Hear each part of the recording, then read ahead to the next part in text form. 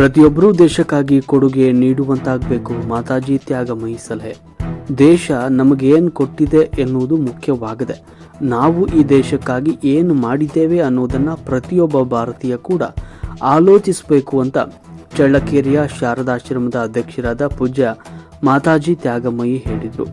ನಗರದ ವಾಸವಿ ಕಾಲೋನಿಯ ಶಾರದಾಶ್ರಮದ ಆವರಣದಲ್ಲಿ 77ನೇ ಗಣರಾಜ್ಯೋತ್ಸವದ ಪ್ರಯುಕ್ತ ಆಯೋಜಿಸಲಾಗಿದ್ದ ಕಾರ್ಯಕ್ರಮದ ದಿವ್ಯ ಸಾನ್ನಿಧ್ಯ ವಹಿಸಿ ಅವರು ಭಾರತ ಮಾತೆಯ ಭಾವಚಿತ್ರಕ್ಕೆ ಪುಷ್ಪಾರ್ಚನೆ ಸಲ್ಲಿಸಿ ಆರತಿ ಮಾಡಿ ಧ್ವಜಾರೋಹಣ ನೆರವೇರಿಸಿ ಆಶೀರ್ವಚನ ನೀಡಿದರು.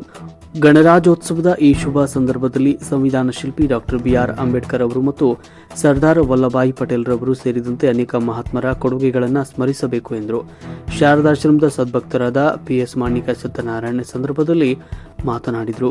1950ರ ಜನವರಿ 26ರಂದು ಡಾಕ್ಟರ್ BR ಅಂಬೇಡ್ಕರ್ ಅವರ ನೇತೃತ್ವದಲ್ಲಿ ರಚನೆಯಾದ ಭಾರತದ ಸಂವಿಧಾನವು ಜಾರಿಗೆ ಬಂದ ಪುಣ್ಯ ದಿನವಾಗಿದೆ.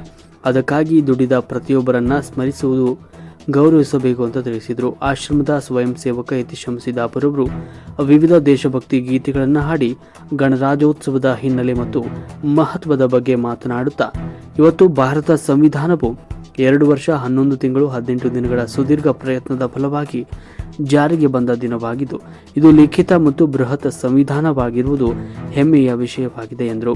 ಏಕತೆಯ ಮನುಷ್ಯ ಸರ್ದಾರ್ ವಲ್ಲಭಾಯಿ ಪಟೇಲ್ ಅವರು ದೇಶದ ವಿವಿಧ ಪ್ರಾಂತ್ಯಗಳನ್ನು ಭಾರತದ ಒಕ್ಕೂಟಕ್ಕೆ ಸೇರಿಸಲು ಮಾಡಿದ ಹೋರಾಟ ಮಹತ್ವದ್ದಾಗಿದೆ ಅಂತ ಹೇಳಿದರು. ಕಾರ್ಯಕ್ರಮದ ಕೊನೆಯಲ್ಲಿ ಎಲ್ಲರಿಗೂ ಸಿಹಿ ಹಂಚಿ ಸಂಭ್ರಮಿಸಲಾಯಿತು. ಗಣರಾಜ್ಯೋತ್ಸವ ಕಾರ್ಯಕ್ರಮದಲ್ಲಿ ನಾಗರಾಜ್, ಶ್ರೀಪಾದ್, ಅಂಬುಜಾ, ಶಾಂತಕುಮಾರ್, ಸಂತೋಷ್, ಚನ್ನಕೇಶವ, ಪುಷ್ಪಲತಾ, ಮಾನ್ಯ ಸೇರಿದಂತೆ ಯೋಗ ಬಂಧುಗಳು ಭಾಗವಹಿಸಿದರು. ವರದಿ ಯತೀಶ್ ಸಿದ್ದಾಪುರ್, ಚಳ್ಳಕೆರೆ.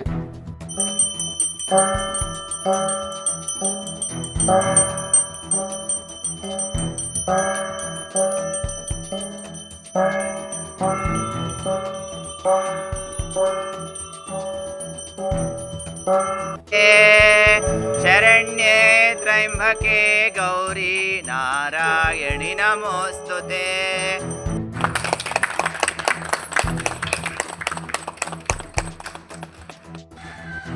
ಈ ದಿನ ಅಷ್ಟೇ ಅಲ್ಲ, ಪ್ರತಿದಿನ ನಾವು ದೇಶವನ್ನು ಸ್ಮರಿಸಿಕೊಳ್ಬೇಕು. ದೇಶ ನಮಗಾಗಿ ಎಷ್ಟೊಂದು ಮಾಡ್ತಾ ಇದೆ, ಅದನ್ನು ನಾವು ಯಾವಾಗಲೂ ನೆನಪಿನಲ್ಲಿ ಇಟ್ಕೊಳ್ಬೇಕು. ಅಬ್ರಹಂ ಲಿಂಕನ್ ಅನ್ಸುತ್ತೆ, ದೇಶ ನಮಗಾಗಿ ಏನು ಮಾಡ್ತಿದೆ ಎಂಬುದನ್ನು ನಾವು ಯೋಚನೆ ಮಾಡಬೇಕು ಅಲ್ಲ, ನಾವು ದೇಶಕ್ಕಾಗಿ ಏನನ್ನು ಮಾಡೋಣ ಎಂಬುದನ್ನು ಕೂಡ ಈ ಸಂದರ್ಭದಲ್ಲಿ ಆಲೋಚನೆ ಮಾಡಬೇಕು. ಆದ್ದರಿಂದ ಪ್ರಜಾಪ್ರಭುತ್ವ ದಿನ ಅಂತ ಹೇಳಿದಾಗ ಮೊದಲನೇದಾಗಿ ನಮ್ಮ ರಾಷ್ಟ್ರದ ಸ್ವಾತಂತ್ರ್ಯಕ್ಕಾಗಿ ಹೋರಾಡಿದ ಎಲ್ಲ ಮಹನೀಯರುಗಳು, ರಾಷ್ಟ್ರವನ್ನು ಸುಸಂಘಟಿತವನ್ನಾಗಿ ಮಾಡಿದಂತಹ ಸರ್ದಾರ್ ವಲ್ಲಭಭಾಯಿ ಪಟೇಲ್ ಮತ್ತು ಸಂವಿಧಾನ ಶಿಲ್ಪಿಯಾದಂತಹ ಡಾಕ್ಟರ್ BR ಅಂಬೇಡ್ಕರ್ ಅವರನ್ನು ಸ್ಮರಿಸಿಕೊಳ್ಬೇಕು ಮೊದಲನೇದಾಗಿ. ಎರಡನೇದಾಗಿ ನಾವು ನಮ್ಮ ದೇಶಕ್ಕಾಗಿ ಏನನ್ನು ಮಾಡೋಣ, ನಾವು ಯಾವ ರೀತಿ ನಮ್ಮ ದೇಶಕ್ಕೆ ಸೇವೆಯನ್ನು ಸಲ್ಲಿಸೋಣ ಎಂಬುದನ್ನು ಆಲೋಚಿಸುವಂತೆ ಆಗಬೇಕು. ಒಂದು ಭಜನೆ ಬರುತ್ತಲ್ಲ, ಏನದು, ದೇಶಭಕ್ತಿ ಪ್ರಧಾನವಾದಂತಹ ಭಜನೆಗಳನ್ನು, ಸ್ತುತಿಗಳನ್ನು ನೆನಪಿಸಿಕೊಂಡು ನಾವು ನಮ್ಮ ಭಾವೈಕ್ಯತೆಯನ್ನು, ರಾಷ್ಟ್ರದ ಭಾವೈಕ್ಯತೆಯನ್ನು ಬಲಪಡಿಸಿಕೊಳ್ಳುವುದರ ಕಡೆ ಗಮನವನ್ನು ಕೊಡೋಣ ಅಂತ 2 ಮಾತುಗಳನ್ನು ಹೇಳ್ತಾರೆ. ಹೆಮ್ಮೆ ಇದೆ. ಈ ಸಂವಿಧಾನವು ರಚನೆಯಾದ ದಿನವನ್ನು ನಾವೆಲ್ಲ ಭಾರತೀಯರು ಭಾರತಾದ್ಯಂತ ವಿಜೃಂಭಣೆಯಿಂದ ಆಚರಿಸುತ್ತಿದ್ದೇವೆ. ಈಗ ಸ್ವತಂತ್ರ ಹೋರಾಟಗಾರರಿಗೆ ದೇಶಕ್ಕೆ ಹಲವಾರು ಕೊಡುಗೆಗಳನ್ನು ಕೊಟ್ಟ ಸಾಹಿತಿಗಳು, ಕವಿಗಳು, ಕವಿಯತ್ರಿಗಳು, ಚಿಂತಕರು, ವಿಜ್ಞಾನಿಗಳು, ತಾಂತ್ರಿಕ ತಜ್ಞರಿಗೆ ನಾವು ಗೌರವ ಸನ್ಮಾನಗಳನ್ನು ಸೂಚಿಸುವ ದಿನವಾಗಿದೆ. ಹಾಗೂ ಹಲವಾರು ಕಡೆ ಒಳ್ಳೆಯ ಅಂಕಗಳನ್ನು ಪಡೆದ ವಿದ್ಯಾರ್ಥಿಗಳನ್ನು ಗುರುತಿಸಿ ಪ್ರತಿಭಾ ಪುರಸ್ಕಾರಗಳನ್ನು ಮಾಡುತ್ತಾರೆ. ನಮ್ಮ ಭಾರತ ಮಾತೆಯು ಅತ್ಯಂತ ಹೃದಯ ಸಿರಿವಂತಕ್ಕೆ ಹಲವಾರು ಸಾವಿರಾರು ಕಾರ್ಯಕ್ರಮಗಳೊಂದಿಗೆ ನಮ್ಮ ದೇಶದ ಪ್ರಜೆಗಳು ಇಂದು ಗಣರಾಜ್ಯೋತ್ಸವವನ್ನು ವಿಜೃಂಭಣೆಯಿಂದ ಸಂಭ್ರಮಿಸುತ್ತಿದ್ದಾರೆ. ಬೋಲೋ ಭಾರತ್ ಮಾತಾ ಕಿ ಜೈ. 1947 ಆಗಸ್ಟ್ 15ನೇ ತಾರೀಕು ಸ್ವಾತಂತ್ರ್ಯ ಸಿಗುತ್ತೆ. ಸಿಕ್ಕ ನಂತರ ಭಾರತದ ಅಂದರೆ ಆಡಳಿತವನ್ನು ನಡೆಸ್ಕೊಂಡು ಹೋಗಲಿಕ್ಕೆ ಕಾನೂನುಗಳ ಅವಶ್ಯಕತೆ ಇರುತ್ತೆ, ನಿಯಮಗಳ ಅವಶ್ಯಕತೆ ಇರುತ್ತೆ. ಯಾವುದೇ ಒಂದು ಸಂಸ್ಥೆ ಇರಲಿ, ಯಾವುದೇ ಒಂದು ದೇಶ ಇರಲಿ, ಅದಕ್ಕೆ ಕಾನೂನುಗಳು, ನೀತಿ ನಿಯಮಗಳ ಅನುಸರಣೆ ಬಹಳ ಮುಖ್ಯವಾಗುತ್ತೆ. ಆ ದೃಷ್ಟಿಯಿಂದ ಭಾರತದ ಅಖಂಡ ಭಾರತಕ್ಕೋಸ್ಕರನೇ ಒಂದು ಸಂವಿಧಾನ ರಚನೆ ಮಾಡಬೇಕು ಅಂತ ಡಾಕ್ಟರ್ BR ಅಂಬೇಡ್ಕರ್ ನೇತೃತ್ವದಲ್ಲಿ ಒಂದು ಕರಡು ಸಮಿತಿ ರಚನೆ ಆಗುತ್ತೆ. ಆ ಸಮಿತಿ ಸರಿಸುಮಾರು 2 ವರ್ಷ 11 ತಿಂಗಳು 18 ದಿನಗಳ ಕಾಲ ಅದು ಹಲವಾರು ರೀತಿಯ ಚಟುವಟಿಕೆಗಳನ್ನು ನಡೆಸಿ 1950 ಜನವರಿ 26ನೇ ತಾರೀಕು ನಮ್ಮ ಭಾರತದ ಸಂವಿಧಾನವನ್ನು ಜಾರಿಗೆ ತಂದಂಥ ದಿನ ಇವತ್ತು ಆಗಿದೆ. ನಮ್ಮ ಭಾರತದ ಸಂವಿಧಾನ ಅಂತಂದರೆ ಜಗತ್ತಿನಲ್ಲಿ ಯಾವ ದೇಶದಲ್ಲೂ ಈ ಥರದ ಸಂವಿಧಾನ ನೋಡಲಿಕ್ಕೆ ಸಾಧ್ಯ ಇಲ್ಲ. ಭಾಳ ದೊಡ್ಡ ಸಂವಿಧಾನ ಮತ್ತು ಲಿಖಿತ ಸಂವಿಧಾನ. ಎಷ್ಟೋ ದೇಶಗಳಲ್ಲಿ ಅಲಿಖಿತ ಸಂವಿಧಾನ ಇದೆ, ಆದರೆ ಭಾರತದಲ್ಲಿ ಲಿಖಿತ ಸಂವಿಧಾನವನ್ನು ನಾವು ಕಾಣ್ತೇವೆ. ಮತ್ತು ಹಲವಾರು ರೀತಿಯ ಕಾನೂನುಗಳನ್ನು, ವಿಧಿಗಳನ್ನು, ತಿದ್ದುಪಡಿಗಳನ್ನು ಭಾರತೀಯ ಸಂವಿಧಾನ ಒಳಗೊಂಡಿದೆ. ಹಾಗಾಗಿ ಭಾರತದ ಸಂವಿಧಾನ ಜಾರಿಗೆ ಬಂದ ದಿನವಾಗಿ ನಾವು 1950 ಜನವರಿ 26ನೇ ಇಸ್ವಿಯಿಂದ ಇಲ್ಲಿವರೆಗೂ ಅಂದರೆ 76 ವರ್ಷಗಳ ಕಾಲ ಆಚರಿಸ್ಕೊಂಡು ಇವತ್ತು 77ನೇ ವರ್ಷಕ್ಕೆ ನಾವು ಕಾಲಿಡ್ತಾ ಇದ್ದೀವಿ. ಮತ್ತು ವಿಶೇಷವಾಗಿ ಗಣರಾಜ್ಯೋತ್ಸವವನ್ನು ನಾವು ಯಾಕೆ ಆಚರಣೆ ಮಾಡ್ತಾ ಇದ್ವಿ ಅಂತಂದರೆ, ಭಾರತ ಹಲವಾರು ರೀತಿಯಲ್ಲಿ ಹರಿದು ಹಂಚಿ ಹೋಗಿತ್ತು. ಅಂತಹ ಹಲವಾರು, ಯಾಕಂದರೆ ಎಲ್ಲ ಕಡೆಯೂ ರಾಜ್ಯ ಮನೆತನಗಳು ಆಳ್ವಿಕೆಯನ್ನು ಮಾಡ್ತಾ ಇದ್ವು. ಹಾಗಾಗಿ ಅಂತಹ ಹರಿದು ಹಂಚಿ ಹೋಗಿದ್ದಂಥ ಹಲವಾರು ರಾಜ್ಯಗಳನ್ನು ಒಗ್ಗೂಡಿಸುವ ನಿಟ್ಟಿನಲ್ಲಿ ಸರ್ದಾರ್ ವಲ್ಲಭಭಾಯ್ ಪಟೇಲ್ ಅವರ ಕೊಡುಗೆಯನ್ನು ನಾವು ಇಲ್ಲಿ ಸ್ಮರಣೆ ಮಾಡುವಂಥದ್ದು ನಮ್ಮೆಲ್ಲರ ಆದ್ಯ ಕರ್ತವ್ಯ ಆಗಿದೆ.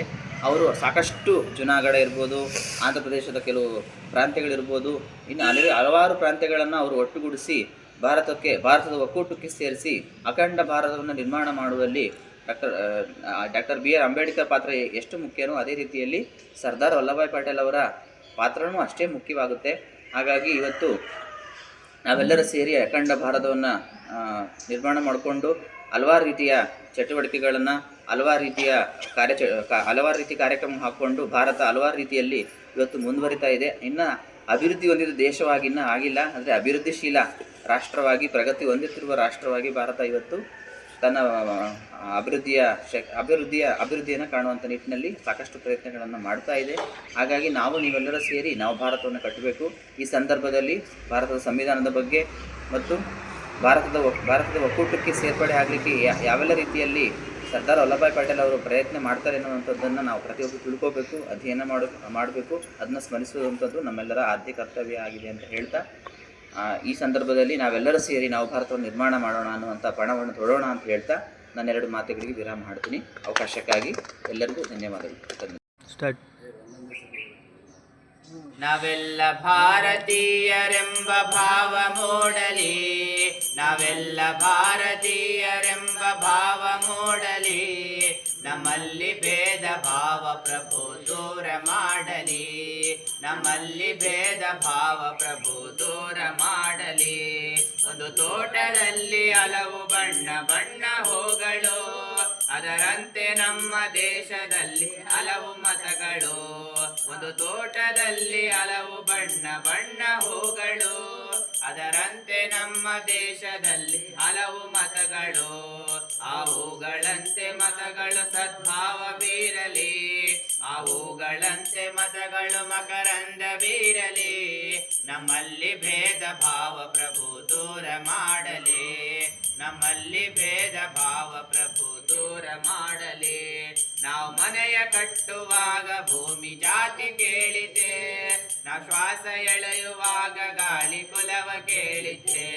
ನಾವು ಮನೆಯ ಕಟ್ಟುವಾಗ ಭೂಮಿ ಜಾತಿ ಕೇಳಿತೆ, ನಾವು ಶ್ವಾಸ ಎಳೆಯುವಾಗ ಗಾಳಿ ಕುಲವ ಕೇಳಿತೆ. ಈ ಸೃಷ್ಟಿಯಲ್ಲಿ ಸರ್ವರು ಸುಖವಾಗಿ ಬಾಳಲಿ, ಈ ಸೃಷ್ಟಿಯಲ್ಲಿ ಸರ್ವರು ಸಮನಾಗಿ ಬಾಳಲಿ, ನಮ್ಮಲ್ಲಿ ಭೇದ ಭಾವ ಪ್ರಭು ದೂರ ಮಾಡಲಿ, ನಮ್ಮಲ್ಲಿ ಭೇದ ಭಾವ ಪ್ರಭು ದೂರ ಮಾಡಲಿ. ಮಣ್ಣಿನಿಂದ ಆದ ಮಡಕೆ ಮಣ್ಣಿಗನ್ಯವೇ, ಚಿನ್ನದಿಂದ ಆದ ಒಡವೆ ಚಿನ್ನ ಕನ್ಯವೇ.